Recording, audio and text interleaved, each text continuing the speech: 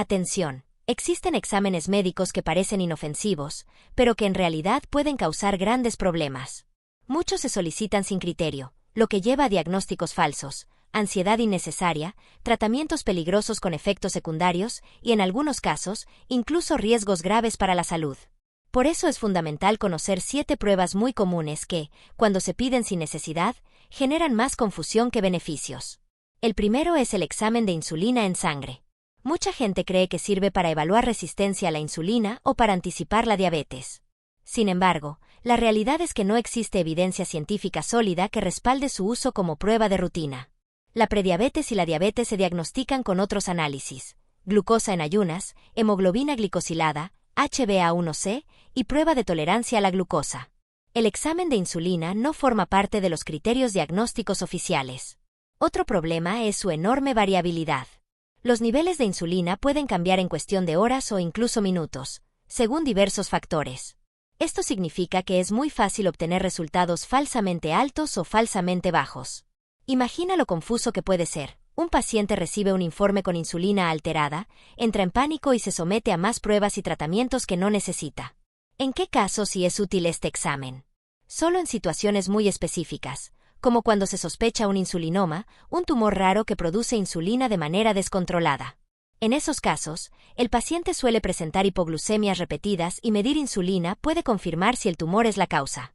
Pero fuera de este contexto, solicitar la prueba de insulina como rutina no tiene sentido y puede causar más daño que beneficio. El segundo examen que merece atención es el antígeno carcinoembrionario, conocido como CEA. Este marcador tumoral a menudo se usa de manera equivocada para detectar cáncer colorectal de forma temprana. El problema es que genera muchísimos falsos positivos.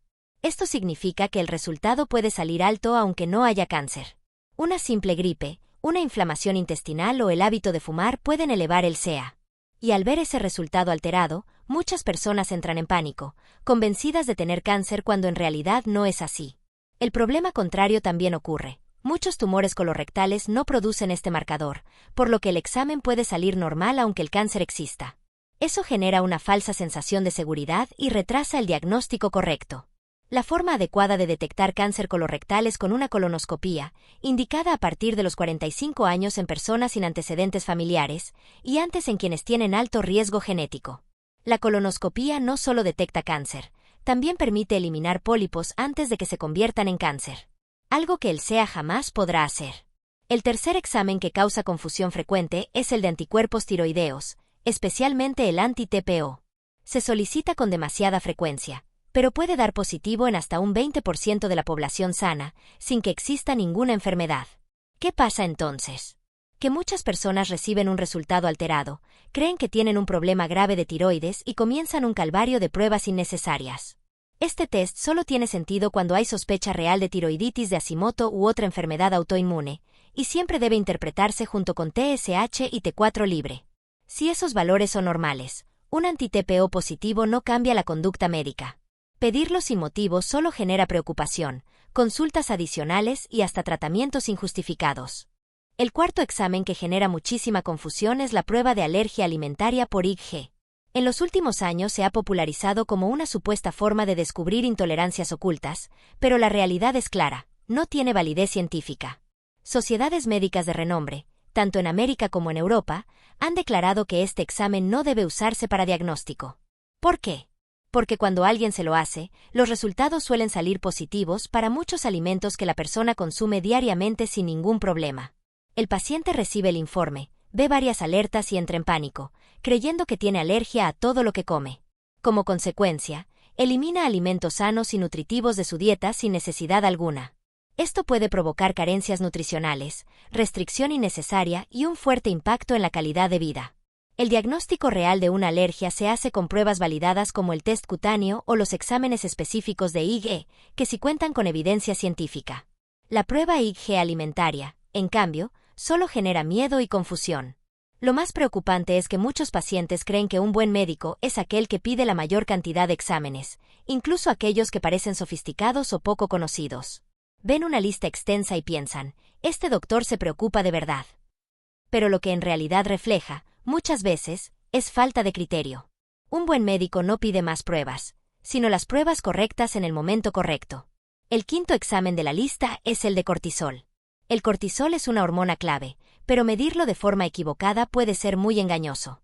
Un simple análisis de cortisol basal, tomado al azar en la sangre, no sirve para diagnosticar exceso de cortisol. Y, sin embargo, se pide con frecuencia como si fuera una respuesta para todo: cansancio, estrés, insomnio. Pero los resultados, en la mayoría de los casos, no dicen nada útil. Cuando realmente existe sospecha de síndrome de Cushing, la prueba indicada es la supresión con dexametasona. En ella, el paciente toma una medicación la noche anterior y al día siguiente se mide el cortisol. Si sigue alto, puede indicar un tumor productor de la hormona. Sin ese protocolo, un simple valor de cortisol aislado no tiene valor diagnóstico. Otro error común es la prueba de cortisol salival, que se ha puesto de moda como herramienta para detectar la supuesta fatiga adrenal. Pero es importante dejarlo claro, la fatiga adrenal no existe en la medicina basada en evidencia. Lo que sí existe es la insuficiencia adrenal, pero se diagnostica de otra manera. El problema del cortisol salival es que fluctúa naturalmente durante el día. Está alto en la mañana y desciende progresivamente hacia la noche. Entonces, alguien se hace la prueba de tarde, el valor sale bajo y cree que tiene una enfermedad, cuando en realidad es completamente normal. Esa confusión lleva a muchas personas a tomar corticoides innecesariamente. Y esto sí es grave. El uso de corticoides sin indicación real puede causar diabetes, hipertensión, osteoporosis, obesidad y hasta un riesgo mayor de infecciones. Por eso, este examen no debe pedirse como rutina ni como chequeo extra. El sexto examen que tampoco debe pedirse sin motivo es el de prolactina. Esta hormona se altera con facilidad por razones simples: un roce en la zona del pecho, ejercicio intenso, ropa ajustada o incluso el contacto físico directo. Además, muchos medicamentos, como antidepresivos o fármacos para la presión arterial, también pueden elevarla. ¿Qué pasa cuando se pide el examen de rutina? Que es muy probable que el resultado salga alterado sin que exista un problema real. El paciente se asusta, piensa que puede tener un tumor y termina sometido a más estudios, más consultas y más estrés.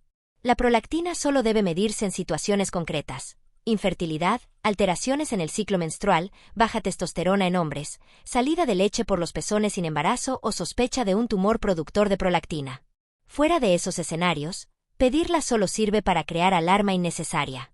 Todo esto nos muestra un patrón claro: los exámenes solicitados sin criterio no protegen, sino que generan ansiedad, gastos innecesarios y hasta riesgos de tratamientos equivocados. El séptimo examen de esta lista, y uno de los más peligrosos cuando se pide sin necesidad, es el T3 reverso. En los últimos años se ha popularizado como si fuera una forma de descubrir problemas ocultos en la tiroides, incluso cuando los análisis principales, TSH y T4 libre, son completamente normales. Pero esa interpretación es equivocada. El T3 reverso solo tiene utilidad en contextos muy específicos, como en pacientes hospitalizados con enfermedades graves, cuando existe sospecha del llamado síndrome del eutiroideo enfermo. En ese escenario puede aportar información clínica. Pero fuera de ese contexto, pedirlo como parte de chequeos de rutina no aporta nada y, al contrario, genera mucha confusión. El gran riesgo es que una persona recibe un resultado con T3 reverso elevado y le dicen que su tiroides no funciona bien, aunque en realidad sus análisis básicos son normales. A partir de ahí, muchos empiezan a tomar hormonas tiroideas que no necesitan. Y esto no es un detalle menor. Medicarse sin indicación real puede atrofiar la propia glándula tiroides, reducir su producción natural de hormonas, causar arritmias, aumentar el riesgo de osteoporosis y generar dependencia de por vida a un tratamiento que nunca fue necesario. Este es el problema central con todos los exámenes que hemos revisado. Cuando se piden sin evidencia científica sólida ni una indicación clara, no protegen al paciente. Más bien, lo exponen a diagnósticos erróneos, a la angustia de creer que está enfermo, a gastos innecesarios y, en algunos casos, a tratamientos que ponen en riesgo su salud a largo plazo. Por eso es fundamental entender que un buen cuidado de la salud no se trata de acumular exámenes, sino de pedir los adecuados en el momento correcto. Hacerse más pruebas no significa estar más seguro. La verdadera protección está en la medicina basada en la evidencia. Chequeos probados que realmente salvan vidas, como la colonoscopía en la edad indicada, la glucemia en ayunas para detectar diabetes, el control de la presión arterial o los análisis de colesterol. En cambio, pruebas como insulina, marcadores tumorales usados sin criterio, anticuerpos tiroideos de rutina, alergia IG, cortisol basal, prolactina sin síntomas y T3 reverso solo generan ruido. Parecen útiles, pero en realidad siembran dudas, preocupaciones y tratamientos innecesarios. El mensaje final es claro. Antes de aceptar un examen, siempre conviene preguntar, ¿está demostrado científicamente que este análisis me ayudará? ¿Existe una razón concreta para hacerlo o solo se pide por costumbre? Hacer esa simple pregunta puede marcar la diferencia entre una medicina responsable y una cadena de pruebas que terminan dañando más que ayudando. La prevención no se logra llenando carpetas de resultados de laboratorio. Se logra adoptando hábitos saludables, siguiendo protocolos médicos con evidencia y evitando caer en la trampa de exámenes que parecen sofisticados, pero que no aportan valor real. En muchos casos, menos es más cuando se trata de salud. Estar informado y saber qué pruebas realmente importan es una de las mejores formas de proteger tu bienestar y tu futuro.